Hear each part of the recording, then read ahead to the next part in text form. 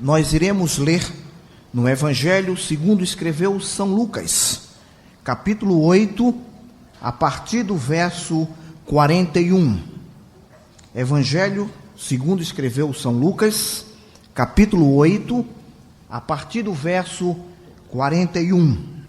Eis que veio um homem chamado Jairo, que era chefe da sinagoga, e prostando-se aos pés de Jesus, lhe suplicou que chegasse até a sua casa, pois tinha uma filha única de uns 12 anos que estava à morte.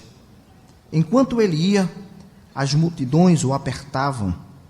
Certa mulher que havia 12 anos vinha sofrendo de uma hemorragia e a quem ninguém tinha podido curar, e que gastara com os médicos todos os seus haveres, veio por trás dele e lhe tocou na orla do vestido.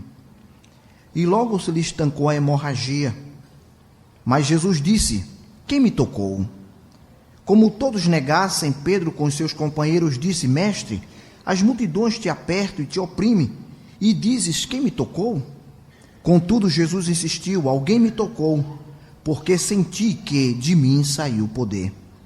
Vendo a mulher que não podia ocultar-se, aproximou-se trêmula e, prostando-se diante dele, declarou à vista de todo o povo a causa por que lhe havia tocado e como imediatamente fora curada. Então disse Jesus: filha, a tua fé te salvou, vai em paz. Pedimos, Senhor, que nessa tarde este toque libertador aconteça. Amém. E que tu faças aquelas coisas que só tu podes fazer e que nenhum de nós poderá fazer, a não ser em teu nome. Dá que seja uma tarde de cura, de libertação, de alma solta, livre, de coração aliviado, e que todo fardo e peso da culpa sejam hoje depostos ao pé da cruz. Em nome do Senhor Jesus te pedimos. Amém. Quando nós estudamos a palavra de Deus, principalmente durante os anos em que somos acadêmicos de teologia, nós lemos muito acerca da palavra de Deus. De certa forma, a nossa mente vai aprendendo a elaborar, a trabalhar, a questionar, a investigar. E vamos correndo alguns riscos que dariam uma mensagem inteira. E ao longo desses meus 31 anos de ministério e de pregação da palavra de Deus, vez por outra eu tomo a liberdade de me puxar as próprias orelhas e de trazer a minha própria pessoa para o seu devido lugar e resgatar a simplicidade, a pureza e a beleza do Evangelho de Jesus de Nazaré. Isso porque, como já disse um velho professor, do qual fui aluno no seminário, as nossas conclusões acadêmicas são como borracha. Elas esticam e quando a gente solta, elas voltam para o mesmo lugar. Permanecem do tamanho que são originalmente. E hoje, lendo esse texto, lendo outros textos sobre algumas mulheres extraordinárias, cujas vidas foram poderosamente transformadas por um encontro com Jesus, como Maria de Magdala, aquela que era possuída por 7 demônios, 7 tipos de psiquismos que agiam na sua mente, puxando para um lado, para o outro, estressando, estraçalhando, destruindo aquela vida, levando a uma vida de absoluta frouxidão moral, tendo uma fama absolutamente negativa na região de Magdala, nas vizinhanças do Mar da Galileia. Tem toda a sua história transformada por um encontro com o Senhor Jesus Cristo. Ou aquela grega de origem sírio-fenícia, vindo das bandas de Tiro e Sidom, que numa postura de extrema humildade prostra-se aos pés de Jesus e roga por sua filhinha, que está terrivelmente tomada por um demônio, por um tipo de obsessão maligna que lhe controla todas as suas atividades, as suas ações, os seus movimentos, e faz da sua filha uma escrava. E quando ela exerce a sua fé em Jesus, mesmo sendo uma estrangeira, recebe a bênção da cura da filha e, voltando para casa, encontra a menina liberta em nome de Jesus. Agora nós estamos possivelmente diante, ou quase certamente, de uma mulher judia, que carrega na sua história um drama que já dura 12 anos, possuída por uma hemorragia, tomada por uma hemorragia, que na verdade o texto original deixa muito claro que era uma menstruação crônica. Ela vai vivendo a sua agonia, a sua vergonha, o seu drama. Isso porque nos dias e na cultura em que ela vivia, no mundo judaico, havia o peso acusador, opressor e repressor da lei, que estabelecia lá em Levítico que nos dias do ciclo menstrual a mulher era religiosamente tida como imunda e após este ciclo precisava de alguns rituais de purificação que foram depois abolidos em Cristo Jesus. Louvado seja o nome do Senhor. E ela carrega esse drama. E o texto de Levítico, quando legisla sobre o assunto e as considera impuras nos dias em que menstruadas estão, diz o texto que a roupa que elas vestiam se tornava imunda, que elas não podiam sentar em uma cadeira, que aquela cadeira passava a ser imunda. As camas onde dormiam eram camas imundas. E essa mulher foi surpreendida pela desgraça, pela tragédia, quando observou que passados os dias de uma menstruação normal, esta hemorragia continuou, perpetuou-se, e durante 12 anos foi a sua companheira, a sua vergonha, o estigma da sua vida, a que a fazia diferente, envergonhadamente diferente. E diz o texto que além de tudo isso ela gastou todos os seus bens, todo o seu patrimônio foi pulverizado, liquidado, arrasado, se desfez do que tinha, com médicos, com remédios, para de alguma forma tirar aquela marca, aquela tatuagem que a lei sobre ela colocava, para se ver livre da companhia, daquela hemorragia incômoda que a impedia de estar em determinados lugares e que a fazia absolutamente envergonhada e sentindo-se impura, tendo como referência a lei. E após 12 anos de luta, de guerra consigo mesma, de humilhação, de vergonha, de agonia, de desprezo, de sujeira aos olhos dos religiosos e certamente de crítica por parte dos mais legalistas, finalmente ela ouve falar que passa pela cidade, que cruza a cidade, o profeta, o jovem profeta da Galileia, chamado Jesus de Nazaré. E ela então, timidamente, e é fácil nós entendermos a sua timidez diante do estigma que há sobre ela, da marca que há sobre ela, ela aproxima-se de Jesus no meio de uma multidão e sorrateiramente vai ali se esgueirando entre um e outro, até que de forma sutil toca apenas o manto de Jesus, ou como já disse um grande pregador, de linguagem extremamente refinada, que já foi para o céu e foi um grande líder presbiteriano, tocou-lhe a fímbria dos mantos, imagine. E Jesus então vira-se para os discípulos e diz: quem me tocou? E pareceu aos olhos de Pedro uma pergunta meio estúpida.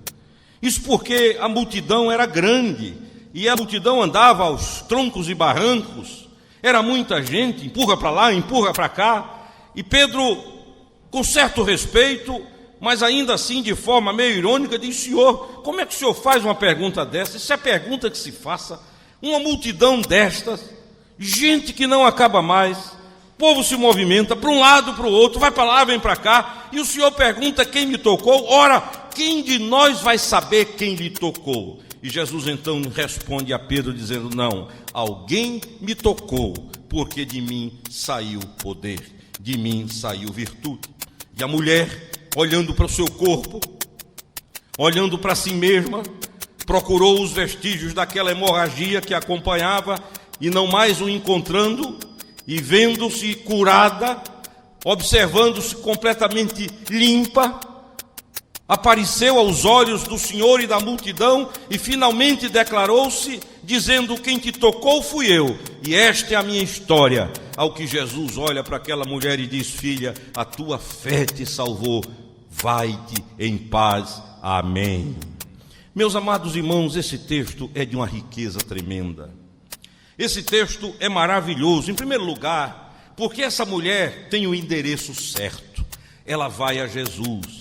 Lá em João capítulo 7, na festa dos tabernáculos, Jesus põe-se de pé e diz o evangelista que ele exclama, brada, grita: quem tem sede, venha a mim e beba. Uma das grandes características de Jesus era que na grande maioria das vezes ele chamava a solução dos problemas a si. Era com ele: vinde a mim, todos vós que estáis cansados e oprimidos, e eu vos aliviarei. Quem tem sede, vem a mim e beba. Eu sou a ressurreição e a vida, e aquele que crê em mim, ainda que esteja morto, viverá, e aquele que crê em mim não morrerá eternamente, diz o Senhor. Ele se apresenta como resposta, como solução. Ele não tem orientações tipo suba 200 degraus de joelhos. Ele não tem orientações tipo faça o caminho de Santiago de Compostela a pé. Ele não tem orientações tipo faça isso, pague aquilo, ou essa expressão que surgiu no meio evangélico, que é a colateral de penitência, que é pagar o preço. Ele não diz isso. Ele diz: vem a mim, traga para mim. Eu sou aquele que resolve, que cura. E essa mulher teve a aventura de ter o endereço certo. Ela foi a pessoa certa. Há muitos que não conseguem libertação na vida porque a procuram no endereço errado. Eu fico impressionado com a quantidade de pessoas envolvidas com coisas que não têm origem em Deus. Argumentam com o fenômeno é inegável. Não há como negar a fenomenologia, mas há como contestar a origem. O problema não é o fenômeno, é a origem. Não se pode negar o acontecimento, mas podemos questionar a origem, de onde vem, qual a fonte, porque a Bíblia é clara quando afirma que toda boa dádiva, tudo quanto é bom e tudo quanto é perfeito, vem do alto do Pai das luzes, em quem não há sombra de variação. Talvez você precise nesta tarde tomar a direção de Jesus. Já tentou tudo, já procurou tudo, já fez todo tipo de exercício espiritual. Eu conheci uma empresária na cidade de Maceió, muito bem sucedida, mas muito aflita na vida, que tentou todas as opções para resolver o seu problema interior. Era tomada por uma angústia, por uma inquietude, por uma insatisfação inexplicável, tinha tudo, vivia do jeito que queria, e chegou ao extremo de um dia pegar um avião e passar 30 dias no Nepal, andando lá pelas montanhas, procurando místicos, gurus. Praticou as coisas mais inimagináveis, obedeceu às orientações mais absurdas, e o resultado de tudo isso foi que voltou pior do que foi. E lá conheceu um guru chamado Said Babá, que depois descobriu ser um impostor, e ela envolveu-se com meditação transcendental, com os livros de Lobsang Rampa, e quase enlouquece, ficou meio doida, esperando que aparecesse o terceiro olho na fronte, à espera de extraterrestres em pontos determinados da Terra, e ia se diluindo nisso tudo, se destruindo, morrendo, até que teve o encontro libertador da sua vida com a pessoa do Senhor Jesus Cristo. Há muitas pessoas sinceras no endereço errado, há muita gente boa, de coração puro, há muita gente com motivações sérias, mas dirigindo-se ao endereço errado. Eu lhe conclamo a que nessa tarde traga o seu problema, a sua agonia, a sua dificuldade, se é que ela existe, ou se não existe, a sua própria alegria, as suas venturas e vitórias, traga aos pés da pessoa certa, que é Jesus, o Filho de Deus. Mas, queridos, o que o texto deixa claro é que essa mulher tinha uma hemorragia, e não era só sangue que vazava, era a vida que estava indo embora, o ânimo, a disposição, a alegria, a esperança. Não apenas plasma, não era uma questão meramente orgânica, biológica. O que estava sendo perdido por ela naquela hemorragia era a própria vida, a própria existência, era a própria capacidade de olhar para o amanhã e dizer: amanhã eu estarei viva, vou fazer isso. Já não havia ânimo, ela era absolutamente enquadrada na derrota, no pessimismo e na miséria. E não precisamos ser profetas ou videntes, nem ler bola de cristal, para afirmar nessa tarde que há muitos aqui também que não vivem o problema de uma hemorragia orgânica, que não estão perdendo sangue, mas que na verdade há um buraco na alma por onde vaza a vida, por onde vaza a esperança, por onde vaza o amor, por onde vaza a capacidade de perdoar, por onde vaza a compreensão, a comunhão, por onde vaza o afeto, por onde vaza o diálogo, por onde vaza a capacidade de conversar com a mulher, com o esposo, com os filhos. Há muita gente que está perdendo a vida está indo embora por um buraco aberto na alma. E isso se manifesta de formas ou das formas mais diferentes, em depressões, manifesta-se também em irritabilidade, manifesta-se numa impaciência crônica, manifesta-se em medos inexplicáveis, manifesta-se através de inseguranças cuja origem você procura e não acha. Às vezes são pessoas bem estabelecidas, bem casadas, com bons filhos, com bons empregos, mas que por envolvimentos espirituais espúrios começam a ver a vida vazar. Há jovens cuja vida tomada por drogas, pelo vício, a ver ir embora por um buraco na alma. É a hemorragia do ser, é a hemorragia do coração, é a hemorragia que vai tirando a vida, minando as forças aos poucos. É aquele indivíduo que constitui uma família paralela e que vive o drama de ter que ocultar tudo isso. E isso vai estressando, vai produzindo contendas e brigas inexplicáveis aos olhos de quem é agredido. Ou então o religioso cínico, que faz da religião apenas um recanto, onde a consciência é aliviada a cada domingo, onde ele debita na sua própria conta uma fração de tudo aquilo que ele deveria dar à vida, mas que da vida retira. É aquele indivíduo que faz da religião uma muleta, ou pior, faz da religião um amuleto. É aquele indivíduo que faz da religião uma vacina para na segunda-feira fazer tudo quanto lhe bater na cabeça e percebe que a vida está vazando, indo embora. Ou é a moça de vida libertina que ainda na adolescência, iniciando a primeira juventude, já se entrega, já se corrompe, se deixa prostituir, vive de forma absolutamente degradada, e conquanto a histeria se manifeste no rosto com aparência de alegria, ela sabe que se consome interiormente e que é um buraco na alma por onde a vida está indo embora. Maior sucesso atualmente na Itália, é o best-seller na Itália, um livro escrito por uma jovem adolescente, que aos 14 anos de idade se prostituiu, e que aos 15 já havia feito tudo quanto se pode imaginar na área de uma sexualidade permissiva e libertina. Não houve nenhum tipo de tara, chamada com certo glamour de fantasias, que ela não houvesse experimentado. Para ela era indiferente se as relações eram heterossexuais ou homossexuais. Para ela era indiferente se estava com indivíduos ou com grupos. Ela não estabeleceu limites e aos 16 anos de idade já era uma pessoa absolutamente dissolvida, fragmentada no ser por essa vida corrompida. E o mais impressionante é que lá para as tantas, no texto que ela escreveu, que já vendeu mais de 1.200.000 livros na Itália e que vai ser lançado agora nos próximos dias aqui no Brasil, ela faz um registro da sua agonia. E ela diz assim: eu fazia tudo isso, mas eu sabia que no fim ia me sentir muito mal, que o prazer era momentâneo, que era coisa de instantes, mas que à noite, quando eu fosse deitar sozinha para dormir, eu ia viver o meu drama, minha agonia, a minha insatisfação. Ela disse: mas é isso que eu quero, é assim que eu quero, ainda que eu morra, é a vida que eu escolhi.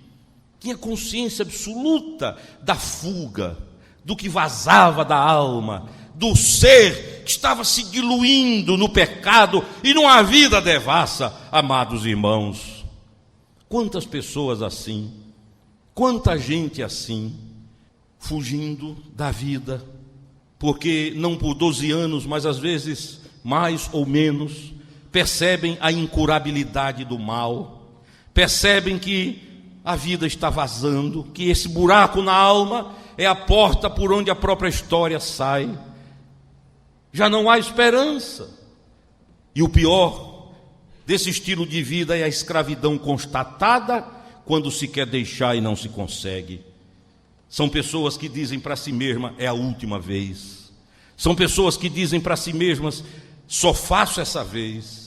E descobrem depois, debaixo de um manto de frustração, que são escravas, dominadas, conduzidas, e aí a mente trata de racionalizar a desgraça e a escravidão para trazer uma explicação a si mesma, a fim de que o ciclo destruidor continue. Esta mulher vivia seu drama. Alguns anos atrás eu recebi, tenho hoje, até hoje na minha Bíblia, um bilhete de uma moça muito bonita que entrou no meu gabinete pastoral há uns 6 anos atrás. Risonha, alegre, comunicativa, fascinante. Começou a conversar e lá para as tantas foi abrindo o coração e dizendo o que era a sua vida, o estilo de vida que levava, a miséria que vivia, manipulada, vendendo a carne, objeto na mão de loucos, vazada de um lado para o outro, pelo egoísmo e pela sandice das enfermidades morais dos homens, absolutamente escravizada, insensível já, sem nenhuma expectativa de transformação, já tentara de tudo, já fizera votos, promessas, já havia assumido compromissos com lideranças religiosas, com místicos, com gurus. Ela já havia procurado solução em muitas frentes, até o bendito dia em que cruzou na vida com Jesus de Nazaré. E essa menina foi transformada de um dia para o outro, mudada, o semblante mudou, os olhos mudaram, o rosto mudou. E ela me procurou naquela tarde no meu gabinete e me perguntou assim: pastor, dá para o senhor me batizar? Eu digo, dá.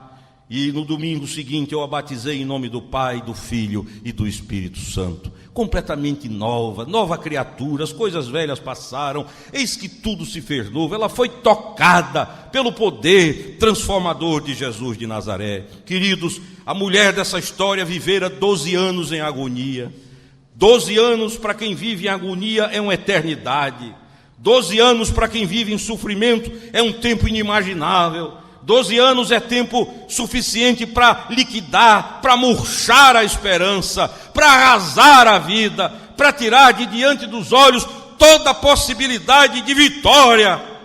Mas apareceu na vida dela esta última esperança, Jesus. E ela vai timidamente, envergonhada, não quer aparecer, sua história não pode ser pública, e ela toca-lhe apenas a franja, o manto, o tecido, e constata que a enfermidade parou, que ela foi curada, que ela está boa, livre, em nome de Jesus. Acha melhor guardar a história para si.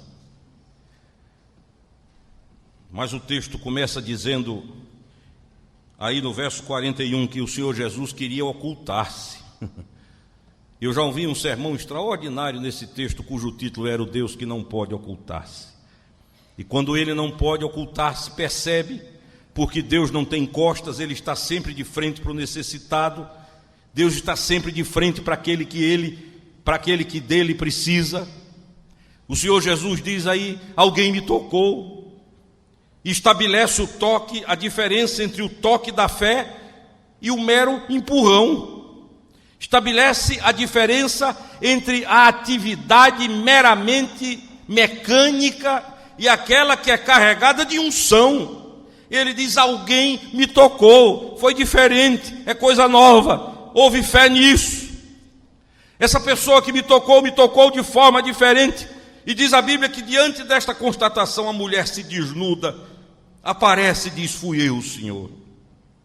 E publicamente conta a sua história. Já não era mais motivo de vergonha, porque curada estava. E recebe de Jesus muito mais do que a cura física. O Senhor diz, a tua fé te salvou, e a chama de filha, e diz, vai-te em paz. Amém? Amém? Esse é o Senhor que nós cremos.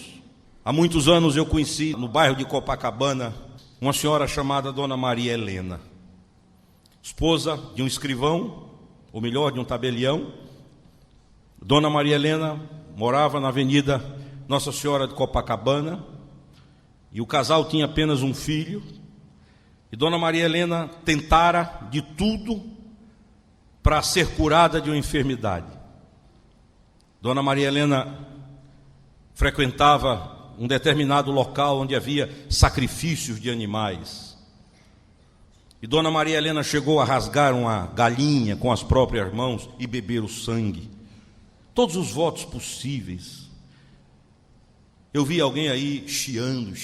É verdade. Eu estava conversando com Carmen esses dias sobre Rosa, uma irmã nossa, Eu tenho muita vontade de trazer aqui um mulherão de uma voz linda, uma voz trovejante. Rosa era uma das mulheres mais bonitas da sua cidade, viveu uma vida desordenada, teve um câncer de útero, envolveu-se com ocultismo, de terreiro em terreiro. Chegou um dia em que mandaram e ela fez, passou 30 dias trancada num quarto, cortou a própria carne e em cada corte do corpo ela botou carne de porco e costurou. Ao final de 30 dias estava apodrecida, morrendo, cheia de infecções, absolutamente desestruturada na vida, sem nenhuma perspectiva, envelhecida de tanto sofrimento. Aí Rosa bateu de frente com Jesus e nasceu de novo. Fui curada. Isso já faz o quê? Uns 10 anos. Está curada em nome de Jesus. Aleluia. E ela anda com um álbum, porque ela se tornou missionária, fez o curso de teologia, tornou-se missionária e anda com um álbum de fotografias. E quando me encontra a Carmen, ela diz: olha aqui, este foi o último terreiro que eu fechei, essa é a mãe de santo convertida, agora é filha de Jesus. E assim ela vai. E mais ou menos essa foi a história da Dona Maria Helena, desesperada, até que um dia foi a uma igreja episcopal onde Paulo Garcia era pastor, no Rio de Janeiro. E ali havia uma reunião toda terça-feira, que de vez em quando eu ia também, e pregava o reverendo Antônio Elias. E num daqueles cultos, desesperada, arrasada, moída, oprimida, envergonhada, liquidada, com tudo destruído, sem esperança, no buraco, absolutamente derrotada, Dona Maria Helena, na hora do apelo, ela orou em silêncio e disse: Deus, se há um Jesus diferente, se há um Jesus que pode, se há um Jesus que liberta, se há um Jesus que cura, se há um Jesus que não é só de boca, de discurso, eu quero, mostra-me isso agora. E foi à frente, e nasceu de novo, e ganhou o marido para Cristo, e ganhou o filho para Cristo, e essa família tornou-se uma bênção, e uma igreja nasceu na casa de Dona Maria Helena. Amém? Amém? É assim que Jesus faz. O toque que transforma. E como resultado disso tudo, filha, a tua fé te salvou. Eu disse aqui hoje de manhã que o que nós precisamos é entregar o problema na mão de quem pode, porque se você entrega o problema na mão de quem não pode, é pior, são 2 problemas. Aí está difícil, né? Agora, se você entrega na mão de quem pode, está resolvido. Amém? E você diz: mas será que Deus pode? Essa pergunta já é fruto da nossa mente enferma. Eu recebi esses dias, sexta-feira alguém me deu isso aqui, Vislumbres de um Criador, que eu li hoje de manhã. E eu gostaria de ler para você. Você que veio aqui hoje com esse buraco na alma por onde a vida vaza. Você diz: pastor, a minha capacidade de perdoar vazou, eu não tenho mais coragem. A minha capacidade de amor foi embora, de amar foi embora. A minha capacidade de vencer o pecado minguou, eu já não tenho mais forças para vencer, eu vou me entregando aos poucos. Eu quero lhe convidar a entregar o seu problema a quem pode. Agora, eu vou ler isso aqui para você ver se ele pode ou não pode. Preste atenção. Vislumbres de um Criador. O elefante é o único animal cujas pernas dianteiras se dobram para a frente. Por quê? Porque de outra forma seria difícil para esse animal levantar-se por causa do seu peso. Por que os cavalos, para se erguer, usam as patas dianteiras e as vacas as traseiras? Quem orienta esses animais para que ajam dessa maneira? Deus. Esse mesmo Deus que coloca um punhado de argila, de barro, no coração da terra e através da ação do fogo transforma a argila em formosa ametista de alto valor. Esse mesmo Deus que coloca certa quantidade de carvão nas entranhas do solo e mediante a combinação de fogo e a pressão dos montes e rochas transforma esse carvão num resplandecente diamante que vai fulgurar na coroa dos reis ou no diadema dos poderosos. Por que o canário nasce aos 14 dias, a galinha aos 21, os patos e gansos aos 28, o ganso silvestre aos 35 e os papagaios e avestruzes aos 42 dias? Por que a diferença entre um e outro é sempre de 7 dias? Seria coincidência? Porque o Criador sabe como administrar a natureza e jamais comete engano. Ele determinou, escute isso aqui, que as ondas do mar se quebrem na praia à razão de 26 ondas por minuto, tanto na calma como na tempestade. Não importa, o mar pode estar calmo ou tempestuoso, sempre serão 26 ondas por minuto. Aquele que nos criou pode também nos dirigir. Somente aquele que fez o cérebro e o coração pode nos guiar com êxito para um alvo útil. A insondável sabedoria divina revela-se ainda em coisas que pouca gente nota. Por exemplo, a melancia tem um número par de franjas. A laranja possui um número par de gomos. A espiga de milho tem número par de fileiras de grãos. O cacho de bananas tem na última fila número par de bananas. E cada fila de bananas tem um a menos que a anterior. Desse modo, se uma fileira tem número par, a seguinte tem número ímpar. Não há risco de duas serem pares ou ímpares. A ciência moderna descobriu que todos os grãos das espigas são em número par. E é admirável que Jesus, ao se referir a grãos e espigas, tenha mencionado apenas números pares: 30, 60 e 100. Pela sua maravilhosa sabedoria e graça, é assim que o Senhor determina a vida que cumpra os planos e propósitos dele. Somente a vida sob o seu cuidado estará salva de contratempos. Outro mistério que a ciência ainda não descobriu: enormes árvores pesando toneladas, apoiadas em poucos centímetros de raízes. Ninguém até agora conseguiu descobrir esse princípio de sustentação a fim de aplicá-lo em edifícios, viadutos e pontes. Mas há maravilha ainda maior. O Criador toma o oxigênio, o hidrogênio, ambos sem cheiro, sem sabor e sem cor, e os combina com o carvão, que é insolúvel, negro e sem gosto. E dessa mistura sem graça surge o alvo e doce açúcar. Esses são apenas alguns vislumbres de um Deus sábio.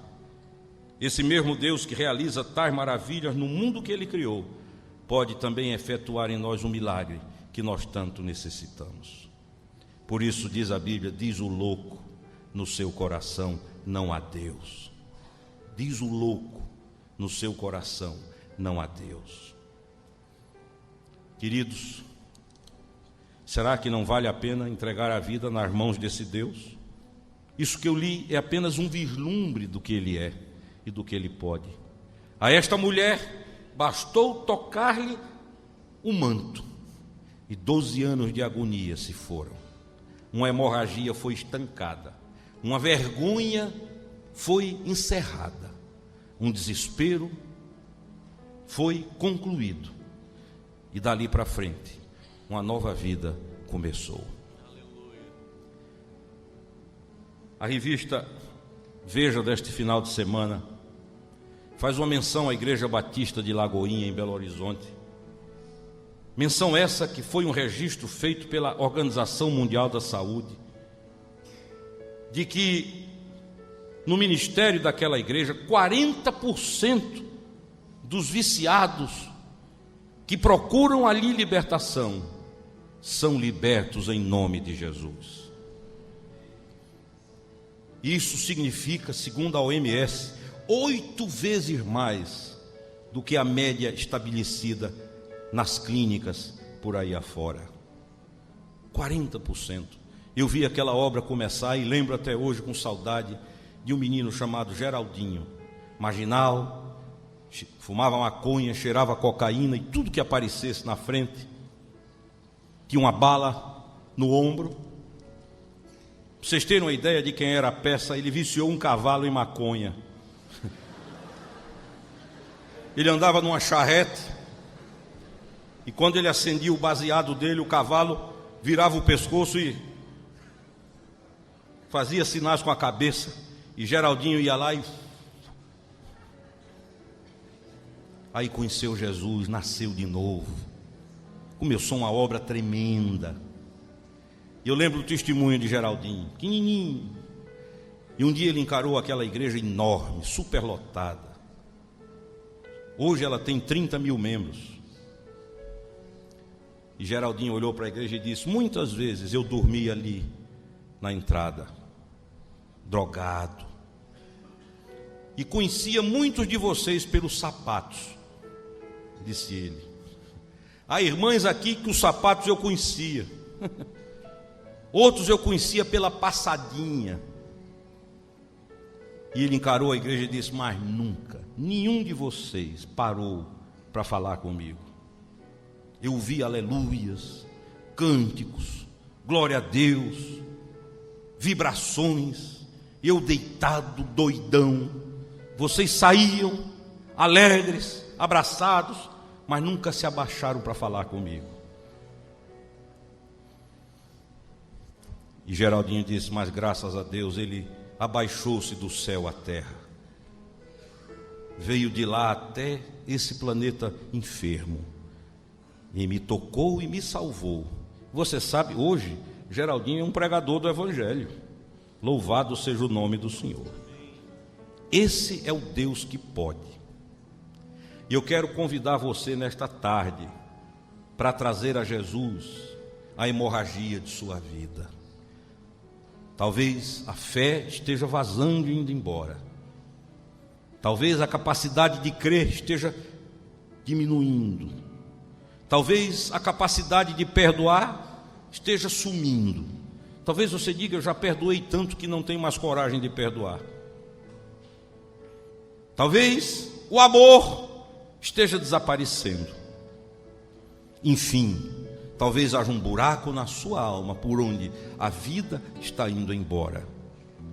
Eu lhe convido para que nessa tarde deixe Jesus estancar essa hemorragia. Amém? Fechar esse buraco, tapar esta fenda, e você sair por aquelas portas com a alma em festa, ouvindo o Espírito Santo a explodir em voz no seu peito, dizendo: filho, filha, vai em paz, a tua fé te salvou. Se você quer isso, com toda a coragem de sua alma, ponha-se de pé onde você estiver agora, em nome de Jesus. Amém. Reverendo Martorelli vai orar, e eu creio piamente que aquele mesmo Jesus está aqui conosco, está em nosso meio, aí entre esses bancos, esperando o seu toque para libertá-lo. Amém.